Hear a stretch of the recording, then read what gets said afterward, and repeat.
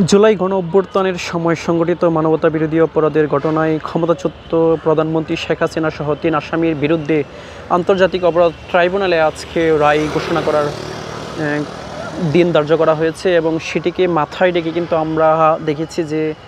এর আগেই কিন্তু আন্তর্জাতিক অপরাধ ট্রাইব্যুনালের পক্ষ থেকে কিন্তু সেনা মোতায়েনের যে বিষয়টি মাথায় রেখে নিরাপত্তার বিষয়টি মাথায় রেখে সেনা মোতায়েনের যে বিষয়ে চিঠি প্রদান করা হয়েছিল এবং সেই চিঠি প্রদানের সাপেক্ষে কিন্তু আমরা এই মুহূর্তে দেখছি যে আন্তর্জাতিক অপরাধ ট্রাইব্যুনালের যে প্রবেশ মুখ রয়েছে সেই প্রবেশ মুখের সামনেই কিন্তু বাংলাদেশ সেনাবাহিনীর যে সদস্যরা রয়েছেন তারা কিন্তু নিরাপত্তার যে বিষয়টি মাথায় রেখে কিন্তু তাদের যে অবস্থান সেটি কিন্তু আমরা লক্ষ্য করছি। এর পাশাপাশি কিন্তু আমরা যে বিষয়টি দেখছি যে এই রায়কে ঘিরে যাতে কোনো প্রকার নাশকতা সংগঠিত না হয় সেইটিকে মাথায় রেখে কিন্তু আমরা দেখছি সেনা সদস্যের পাশাপাশি পুলিশ বিজিবির সদস্য এবং র্যাব সদস্যরা কিন্তু কাজ করে যাচ্ছে এবং আমরা সকাল থেকেই কিন্তু এই যে সেনাবাহিনীর যে উপস্থিতি সেটি কিন্তু আমরা লক্ষ্য করছি। এর পাশাপাশি কিন্তু আপনাদেরকে যদি দেখাই যে আন্তর্জাতিক অপরাধ ট্রাইব্যুনালের যে প্রবেশ মুখ রয়েছে সেই প্রবেশ মুখে কিন্তু আমরা দেখছি যে র্যাব সদস্যদের যে নিরাপত্তার যে বেষ্টনী সেটিও কিন্তু আমরা লক্ষ্য করছি। সব মিলিয়ে কিন্তু একেবারেই বলা চলে যে নিরাপত্তার চাদরে কিন্তু একেবারেই ঢেকে ফেলা হয়েছে এই ট্রাইব্যুনাল এবং তার আশপাশের এলাকা। আপনাদেরকে যদি একটু জানিয়ে রাখি যে এই যে মামলাটি রয়েছে, যে মামলার রায় আজকে ঘোষণা করা হবে, সেই মামলায় কিন্তু শেখ হাসিনার পাশাপাশি এই মামলার অপর 2 আসামি হলেন সাবেক স্বরাষ্ট্রমন্ত্রী আসাদুজ্জামান খান এবং পুলিশের সাবেক মহাপরিদর্শক চৌধুরী আব্দুল মামুন। এই 3 জনের বিরুদ্ধে কিন্তু এই মামলাটি করা হয়েছিল এবং আজকে তাদের বিরুদ্ধে কিন্তু রায় ঘোষণা করার কথা রয়েছে এবং সেই রায়কে মাথায় রেখে কিন্তু যে সার্বিক যে নিরাপত্তার যে বিষয়টি সেটি কিন্তু ঢেলে সাজানো হয়েছে। আপনাদেরকে যদি জানিয়ে রাখি যে এর আগে কিন্তু গত বৃহস্পতিবার বিচারপতি গোলাম মুর্তজা মজুমদারের নেতৃত্বে 3 সদস্যের আন্তর্জাতিক অপরাধ ট্রাইব্যুনাল 1-কে এই মামলার রায়ের দিন ধার্য করা হয় এবং ট্রাইব্যুনালের অপর দুই সদস্য হলেন বিচারপতি শফিউল আলম মাহমুদ এবং বিচারক মোহাম্মদ মহিতুল হক এনাম চৌধুরী নেতৃত্বে কিন্তু মূলত এই যে আজকের যে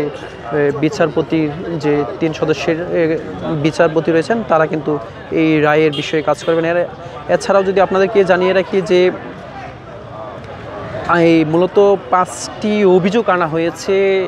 শেখ হাসিনা সহ যে অপর 2 আসামি রয়েছে তাদের বিরুদ্ধে। সেই অভিযোগগুলোর মধ্যে রয়েছে গণভবনে আয়োজিত সংবাদ সম্মেলনে শেখ হাসিনা উস্কানিমূলক বক্তব্য প্রদান, হেলিকপ্টার এবং ড্রোনে প্রাণঘাতিক অস্ত্র ব্যবহার করে আন্দোলনকারীদের নির্মূল করার নির্দেশ প্রদান এবং রংপুরে বেগম রোকেয়া বিশ্ববিদ্যালয়ের ছাত্র আবু সাইদকে গুলি করে হত্যা এবং রাজধানীর চাঙ্কারপুল এলাকায় 6 আন্দোলনকারীকে গুলি করে হত্যা এবং আশুলিয়ায় 6 জনকে পুড়িয়ে ফেলার যে অভিযোগ, এই মূলত 5 অভিযোগের প্রেক্ষিতে কিন্তু তাদের বিরুদ্ধে মামলা দায়ের করা হয়েছিল এবং সেই মামলায় কিন্তু আমরা যেটি দেখেছি যে 10ই জানুয়ারি কিন্তু আনুষ্ঠানিকভাবে অভিযোগ গঠন করা হয় ট্রাইব্যুনালে এবং আসামি শেখ হাসিনা এবং আসাদুজ্জামান খান পলাতক রয়েছেন এবং সাবেক আইজিপি চৌধুরী আব্দুল মামুন এই মামলায় একমাত্র গ্রেফতার আসামি। আপনাদেরকে যদি জানিয়ে রাখি যে আনুষ্ঠানিক অভিযোগ গঠনের দিন 10ই জুলাই সাবেক আইজিপি আব্দুল মামুন গণ অভ্যুত্থানের সময় মানবতাবিরোধী অপরাধে জড়িত থাকার কথা স্বীকার করে কিন্তু তিনি রাজসাক্ষী হয়েছিলেন এবং সেই রাজসাক্ষী হওয়ার পরপরই কিন্তু আমরা দেখেছি যে এই যে মামলার যে বিষয়টি সেটিকে কিন্তু যে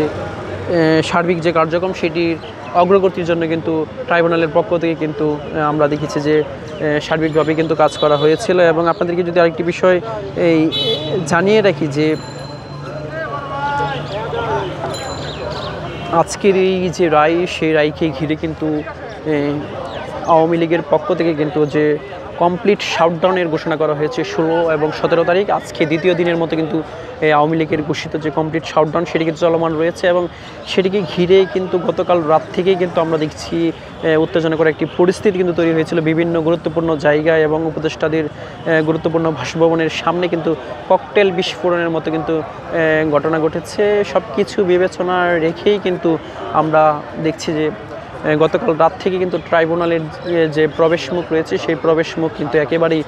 জনসাধারণের জন্য কিন্তু একেবারেই বন্ধ করে দেওয়া হয়েছিল। এবং এর পাশাপাশি কিন্তু আমরা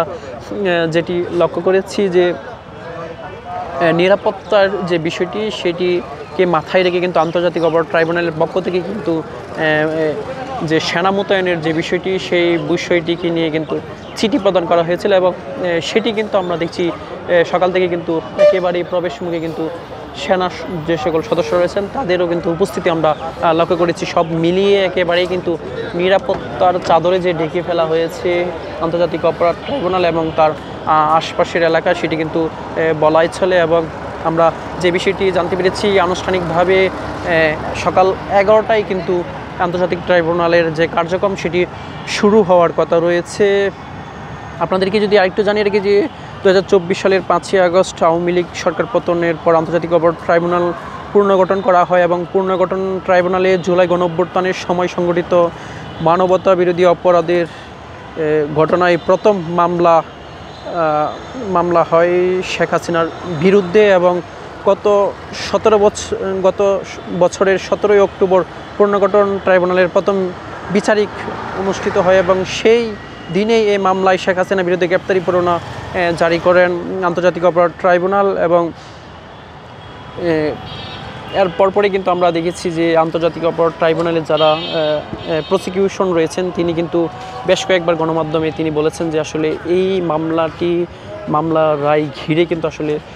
আওয়ামী লীগের পক্ষ থেকে নাশকতা এবং যে পরিস্থিতি তৈরি করতে পারে সেটিকে মাথায় রেখে কিন্তু আমরা দেখেছি যে বিভিন্ন সময় কিন্তু এই যারা ট্রাইব্যুনালের যারা সদস্য রয়েছেন তাদের হুমকি দামকেও কিন্তু দেওয়া হয়েছিল এমনটি কিন্তু অভিযোগ করেছিলেন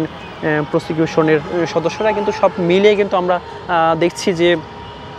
এই যে মামলার রায় সেই মামলার রায়কে ঘিরে কিন্তু আমরা বেশ দু একদিন যাবতই দেখছি যে আওয়ামী লীগের নানা কর্মসূচি এর আগেও কিন্তু এই যে তারিখ নির্ধারণের জন্য যে সময় নির্ধারণ করা হয়েছিল ট্রাইব্যুনালের পক্ষ থেকে 13ই নভেম্বর সেদিনও কিন্তু আমরা দেখেছি যে এই আওয়ামী লীগের পক্ষ থেকে কিন্তু লকডাউন কর্মসূচি ঘোষণা করা হয়েছিল এবং সেই লকডাউন কর্মসূচিকে ঘিরে কিন্তু বেশ কিছু জায়গায় কিন্তু আমরা দেখেছি বাসে অগ্নিসংযোগের পাশাপাশি রাষ্ট্রের গুরুত্বপূর্ণ বেশ কিছু স্থাপনার সামনে তারা কিন্তু ককটেল বিস্ফোরণের মতো যে ঘটনা সেটিও কিন্তু তারা ঘটিয়েছে। তো সব কিছু মাথায় রেখে সার্বিক নিরাপত্তার বিষয়টি মাথায় রেখে কিন্তু একেবারেই যে নিরাপত্তার চাদরে কিন্তু ঢেকে দেওয়া হয়েছে আন্তর্জাতিক অপরাধ ট্রাইব্যুনাল এবং তার আশপাশের এলাকা। এবং আমরা দেখছি একেবারে কিন্তু যে জনসাধারণের যে প্রবেশ সেটি কিন্তু একেবারে কিন্তু বন্ধ করে দেওয়া হয়েছে। সব কিছু মিলিয়ে আমরা যে বিষয়টি জানতে পেরেছি হয়তোবা দুপুর কিংবা বিকাল নাগাদ এই যে মামলার রায় সেটি হয়তোবা ঘোষণা আসতে পারে এমনটি কিন্তু আমরা জানতে পেরেছি। তো এই এখন পর্যন্ত এই ছিল আমার কাছে আন্তর্জাতিক অপরাধ ট্রাইব্যুনালে শেখ হাসিনা সহ আসাদুজ্জামান খান কামাল এবং সাবেক পুলিশের মহাপরিদর্শক চৌধুরী আব্দুল আল মামুন